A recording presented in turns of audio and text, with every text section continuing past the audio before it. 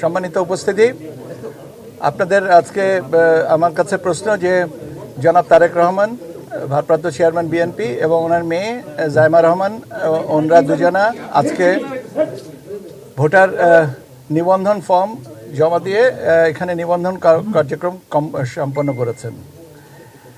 Voter তালিকা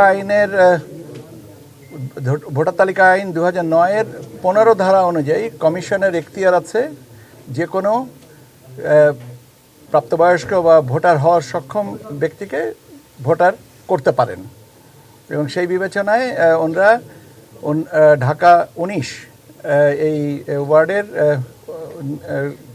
voter তালিকায় নিবন্ধন হয়েছেন।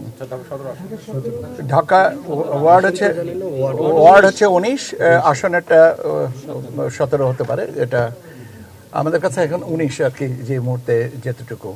এটা আজকে নিবন্ধন প্রক্রিয়া যেটা আছে সেটা আমাদের বলা হয় যে ফর্ম 2। ওই ফর্ম ফিল আপ করে ওনাদের ছবি তুলেছেন, বায়োমেট্রিক্স দিয়েছেন এবং দিয়ে ওনারা আবেদন করেছেন যে ওনাদেরকে যেন ভোটার তালিকায় অন্তর্ভুক্ত করা হয়। এখন আগামীকাল কমিশনে এটা পেশ করা হবে।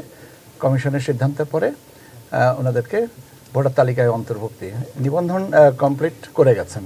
এখন নিবন্ধন কমপ্লিট করে গেলেও এখানে আমাদের প্রসেসের জন্য সময় লাগে, কারণ এটা আপলোড করে আপনার ওনাদের ফিঙ্গারপ্রিন্ট এবং সিগনেচার ম্যাচিং, ফেস আইডি, সেগুলোকে ম্যাচিং করতে হয়। ম্যাচিং করার পরে কনফার্ম হলে তখন আর কি ওনাদেরকে একটা ভোটার আপনার আমরা এনআইডি নাম্বার যেটা বলি সেই নাম্বারটা দেওয়া হয়। তো এটা করতে কিছু সময় লাগবে। তো আই বিলিভ এটা আজকের ভিতরে কমপ্লিট হয়ে যাবে।